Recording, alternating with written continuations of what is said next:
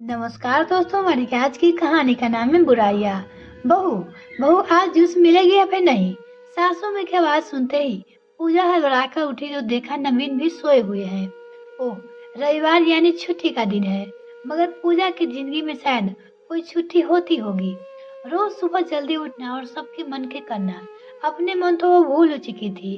घड़ी की सुइयां 7 बजा रही थी। किसी तरह मन को मारकर वो उठी। सास ससुर को सुबह चाय की नहीं, जूस की आदत है और पति देव को चाय की। और आज तो सबकी फरमाइशें भी पूरी करनी पड़ेगी।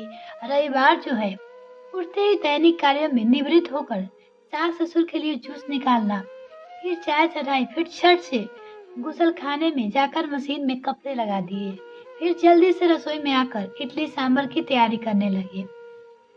जल्दी जल्दी आलू भी गैस पे चढ़ा दिए। बेटे को आलू पराठे और ब्रेड के पकौड़े खाने हैं। एक तरफ से भागम भागी वाली जिंदगी जी रही थी। पूजा पर किसी ने उसके ऊपर तरस नहीं आता था। नवीन तो वैसे भी अपनी माँ के दुलारे है। अगर घर के काम में पूजा की मदद करने का सोच भी लो तो उनकी शान घट जाती है। और पूजा का बेटा वो मदद करने आता भी तो पूजा के साथ, हे भगवान, देखो कैसा जमाना आ गया है, मेरे पोते से काम करवा रही है। पूजा चाहते हुए भी कुछ बोल नहीं पाती थी। बेटी तो फिर भी बहुत छोटी है थी। अरे बहू, लगता है इडली सांभर कल मिलेगी खाने को। 9 बज गए, अभी तक नाश्ता नहीं मिला। इसे कहते हैं बहू होने का सुख। ये देखो, मशीन में कपड़े लगाकर भूल गई। और सर भी देखो, बहू कितना बर्बाद करती हो। एक हमारा जमाना था, कपड़े बाल्टी में कपड़े भिगोकर थोड़ी देर में रख दो, फिर चकाचक साफ हो जाते थे। आजकल देखो, मशीन में लगाकर फोन देखने में बिजी है। मम्मी जी, ममता का फोन आया था, शाम को घर आ रही है। पूजा जो काम कर रही होती है तो सास की टोका टेके से वो बिगड़ जाता है। क्या ममता घर आ रही है? आज तो बहुत शुभ दिन है। मैं आज ही अपनी बेटी को याद कर रही थी। तो अब तो जल्दी जल्दी हाथ चला बहू। उसके लिए ऐसा कर, गाजर का हलवा बना ले और मटर की कचौड़ी। और हाँ, मलाई पनीर तो जरूर बना, उसे बहुत पसंद है। और 2-4 चीजें बनाकर रख दे। और दिन के खाने में दाल चावल और 1-2 सब्जी बस बना लेना। मुझे तो दही चावल दे देना बस। जी मम्मी जी, अगर हलवा की जगह आज कुछ मीठा बाहर से, तुम कहना क्या चाहती हो? मेरी बेटी आए तो मैं उनको बाहर से मंगा कर खिलाऊं। एक तो वैसे भी उसको वहाँ आराम नहीं मिलती। बेचारे दिन भर काम में लगी रहती है। यहाँ तो कुछ देर आराम से बैठकर अपनी पसंद का खाना भी खा ले। नहीं मम्मी जी, वो बात नहीं है। अब पूजा कैसे कहेगी? उसकी बात मुंह में ही रह जाती। वो चाहती थी कि थोड़ा बहुत मम्मी जी उसके काम में हाथ बटा देती तो आसान हो जाता। बैठे बैठे मटर मटर भी छील देती, गाजर ही घिस देती, या आटा ही गूंद देती, या सुबह उठी तो फल ही छील देती। मगर उसको सिर्फ भूख चलाने की आदत है। ये क्या पूजा, तुमने सांबर में कितना नमक डाल दिया है? उफ, खाया नहीं जाता। उसकी सास पूजा से बोली। अच्छा, मैं ठीक कर देती हूँ। वो फोन आ गया था ममता का, कितना डाला था याद ही नहीं आया, इसलिए फिर से तुम सारा इल्जाम डाल दो ममता पे। अपनी गलती नहीं बोलोगी। छोड़ ना बेटा, इसका ध्यान कोई काम में नहीं रहता।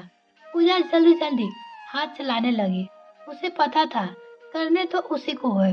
दोपहर का खाना खाने के बाद सब आराम करने को चले गए। लेकिन जिसकी आंखों में नींद नहीं थी वो थी पूजा।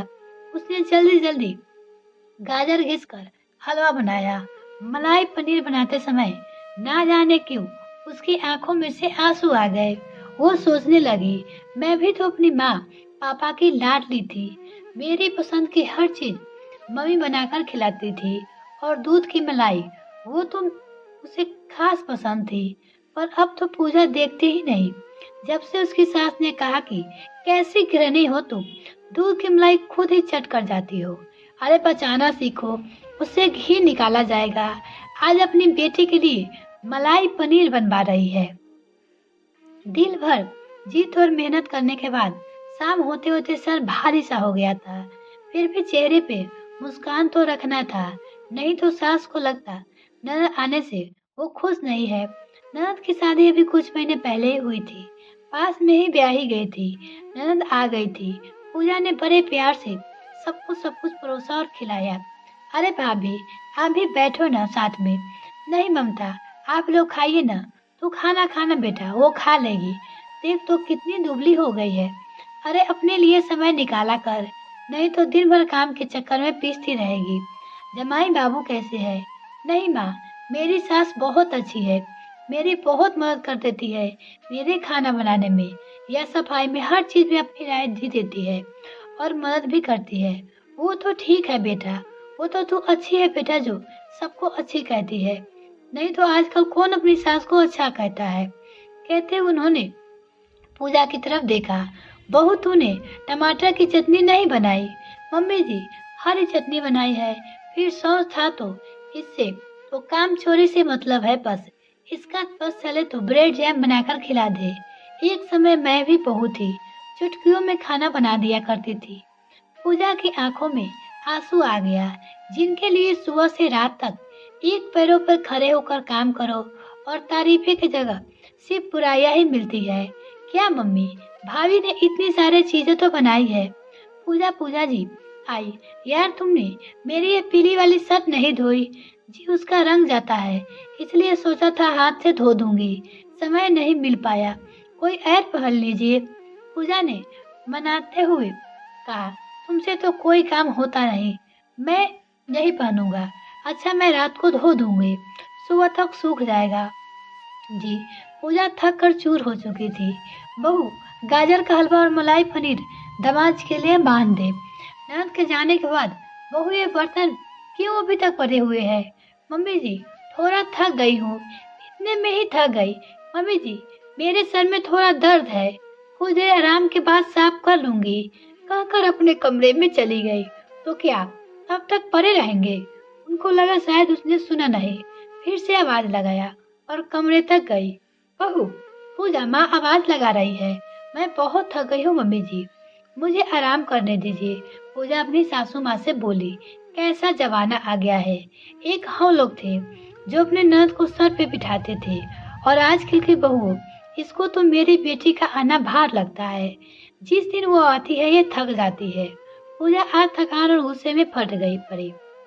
हाँ मम्मी जी, मैं थक जाती हूँ, रोज थकती हूँ, फिर भी चुपचाप अकेले अपना काम घर की बहू, पत्नी और माँ होने के नाते करती रहती हूँ। इस घर की जिम्मेदारियाँ और फर्ज निभाती रहती हूँ, चाहे मेरी तबीयत खराब ही क्यों ना हो, क्योंकि मैं बहू हूँ ना।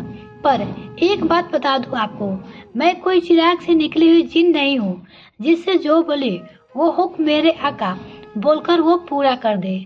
मैं जीती जागती इंसान हूँ। मैं भी थकती हूँ, मुझे भी दर्द होता है, शरीर में और भी मन है, पर यहाँ कोई आराम करते थकता है और कोई काम करते करते। पूजा कैसी बातें कर रही हो तुम मेरी माँ से? क्यों आपका एक शर्ट मैंने आज व्यस्तता के कारण नहीं धो पाई तो आपने मुझे सुना दिया। तुमसे कुछ होता नहीं, ठीक है, मुझसे कुछ नहीं होता, आप ही कर लीजिए। वहाँ आपकी शर्ट रखी है। और मम्मी जी, मैं तो बहुत अच्छी बनना चाहती हूँ, आपकी बेटी की तरह, लेकिन इसके लिए आपको मेरे कामों में मदद करनी होगी, ताकि मैं जब अपने मायके जाऊँ तो मैं भी शान से अपनी माँ से कह सकूँ कि मेरी सास बहुत अच्छी है। अब आप तय कीजिए कि आपको कैसी सास बनना है। पूजा की सास चुपचाप रसोई की तरफ चल गई और नवीन बाथरूम की तरफ चल गया। और पूजा आज खुद को बहुत हल्का महसूस कर रही थी। आज उसे एहसास हो गया था कि देर से ही चल रही, पर अपने आवाज उठाना जरूरी होता है, नहीं तो एक बहू की सारी ख्वाहिशें गीले कपड़े की तरह फर्ज और जिम्मेदारियों के नाम पर निचोड़ लिए जाते हैं। ये कहानी आपको कैसी लगी कमेंट सेक्शन में लिखना ना भूले। फिर उम्र की धूप के साथ सुखा दिए जाते हैं। अगर मेरे चैनल को अभी तक सब्सक्राइब नहीं किया तो मेरे चैनल को जल्दी सब्सक्राइब कीजिए, साथ में बेल आइकन ताकि मेरी और भी कहानी की वीडियो का नोटिफिकेशन सबसे पहले आपको मिल सके। धन्यवाद दोस्तों।